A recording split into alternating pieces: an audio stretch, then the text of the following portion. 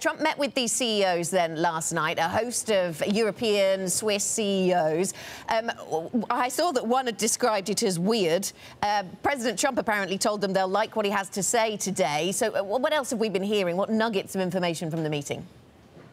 Well, it's certainly an interesting meeting. In a sense, he kind of brought, he holds court, and he brought that here to Davos. He had the CEOs around the room, and he went, one by one and said, what are you doing? And they would say, well, we're investing this much here, and he would kind of nod in approval. So we had that, engaging CEOs, trying to get them to commit to the America First message. As you said, one CEO said it was slightly weird.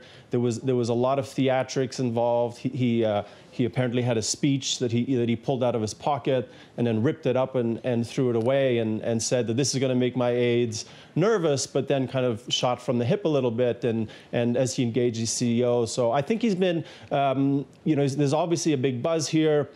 He's been pushing hard on the America First message. He's not holding back. There were questions whether he would come here and maybe kind of tone down, given that it is Davos, but not at all. He's come in and he's pushing hard on the America First message, and perhaps trying to tell people what's good for America is good for you. And I think that's perhaps something that we'll see in his speech later this afternoon.